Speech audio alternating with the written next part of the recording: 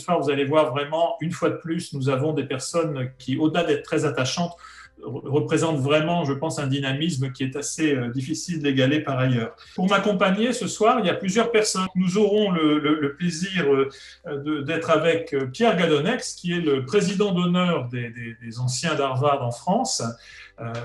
Nous serons aussi avec Hélène Relgen, qui est la présidente des VDA et aussi du club des anciens de Harvard.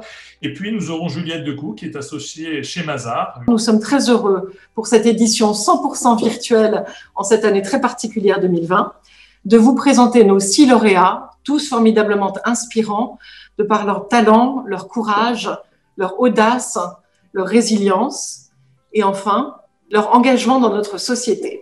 C'est toujours un plaisir de célébrer ces aventures entrepreneuriales et ces parcours hors normes. L'expérience de l'école de la vie, votre ouverture d'esprit, votre courage vous ont permis d'entreprendre, mais surtout de réussir. On est très heureux d'avoir ce partenariat très particulier et très heureux parce que c'est un partenariat qui résonne. Les parcours des audacieux, les parcours de ces self-made entrepreneurs sont des parcours qui ressemble avec quelques années d'avance au parcours des lauréates et des lauréats de l'Institut de l'engagement. Et avec dans ces parcours des méandres, des difficultés qui donnent encore plus de saveur au succès. Entreprendre, c'est évidemment pas une aventure facile, mais les apprentissages, les accomplissements, les succès effacent constamment les moments les plus compliqués. Donc il faut foncer.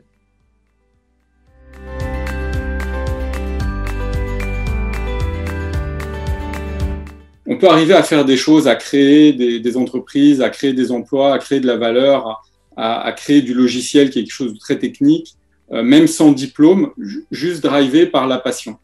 Et je crois qu'au final, c'est ce qui est le plus important quand on est un entrepreneur, c'est vraiment la passion. Il faut être passionné et à la fois, ça change la vie professionnelle, ça change la vie personnelle.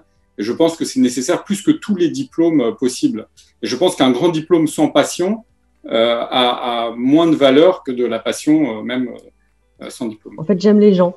J'aime travailler avec eux, j'aime travailler pour eux.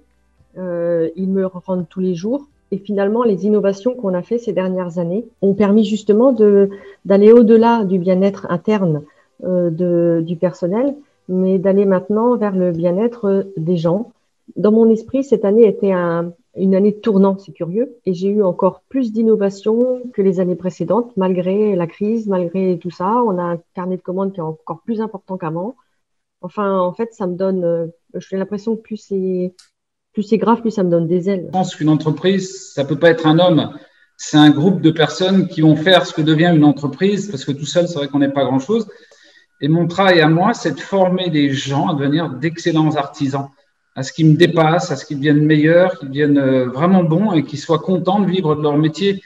On a parlé du maçon devant son mur, on pourrait dire aussi le boulanger devant son pétrin, parce que ça fonctionne bien. Oui, il faut donner de la joie au travail et aux gens. Essayer d'être heureux dans ma vie. Moi, j'ai fait une maîtrise d'économie.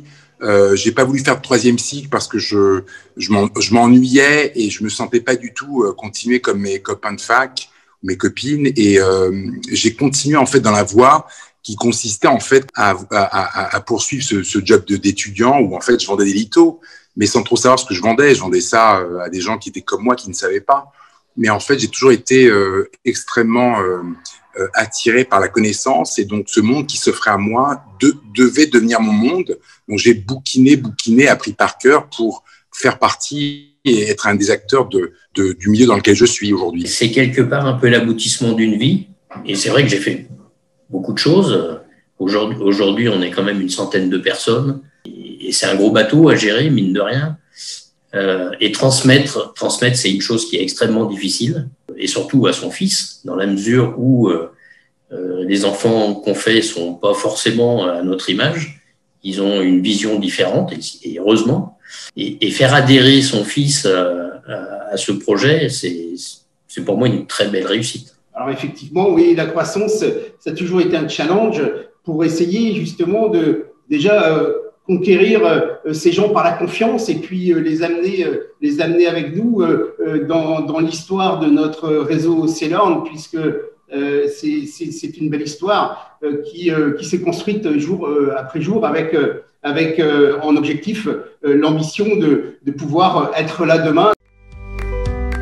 Ce lauréat a réussi à faire de ce métier de proximité une entreprise internationale.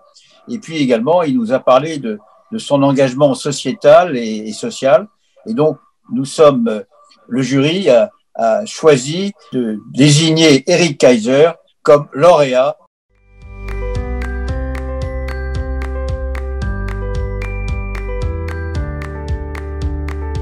Avec mettre en avant des gens qui ont construit des entreprises sans avoir eu à étudier énormément, je trouve que c'est beau parce que c'est souvent des gens qui sont très, très humains et qui essaient d'œuvrer pour la société. Je crois que ça, c'est essentiel. On doit se serrer les coudes. On doit s'entraider en ce moment, encore plus que jamais. Et je crois qu'on a vraiment besoin de ça. Je trouve ça très beau. En tout cas, je suis très ému et je vous remercie du fond du cœur. Il est d'origine modeste, il a enchaîné les petits boulots, il est complètement autodidacte dans le monde dans lequel aujourd'hui il rayonne.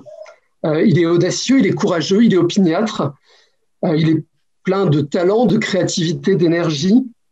Il est travailleur, je crois, attaché à l'évidence, à la transmission, au partage, et au partage d'un truc dont on a peut-être encore plus besoin aujourd'hui que d'autres choses, qui est la beauté, l'art.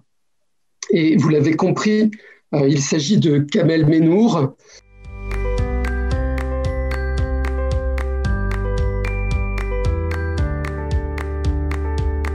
C'était assez extraordinaire de voir finalement ces parcours qui sont tous très singuliers et qui racontent finalement des histoires de la France, des histoires d'entreprise, des histoires de vocation, de passion, d'échange et parfois de transmission.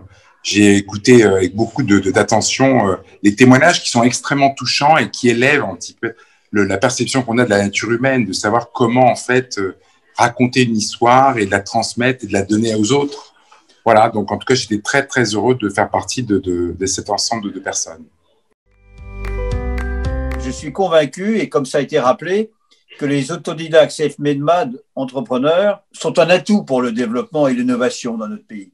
Ils présentent un niveau exceptionnel dans les qualités de courage, de détermination, de travail, de rigueur, et puis un leadership qui est nécessaire à la réussite, et aussi une ouverture sociale et sociétale. Il délivre donc un formidable message d'espoir dans un monde en proie à une grande incertitude. Je retiens aussi le parcours de Philippe Corot, dont la start-up Miracle a été citée il y a quelques jours dans la presse économique comme la licorne modèle de la French Tech et qui a permis, on vient de le voir, on l'a vu tout à l'heure, dans cette année difficile, à plusieurs enseignes plus modestes de rebondir dans le e-commerce. Pour conclure, je souhaite m'adresser à tous les lauréats des VDA, qu'ils soient ici ce soir, présents ou non, pour qu'ils imaginent l'avenir qu'ils souhaitent demain pour cet événement de sélection et de promotion parmi les autodidactes. Le Harvard Business School Club de France restera à leur côté. Merci à tous de votre présence, merci surtout de votre engagement.